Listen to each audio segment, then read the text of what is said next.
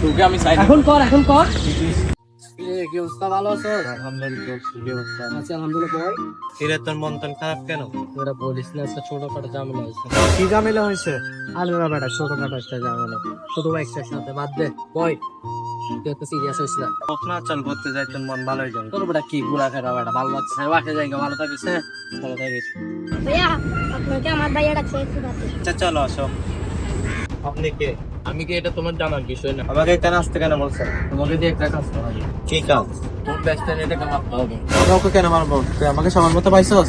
তোকে আমি এখন মারি ফেলাম। এ মাইশর তুই কেন না? দাও কুল কুল, এই তো 5 লাখ টাকা দিচ্ছি।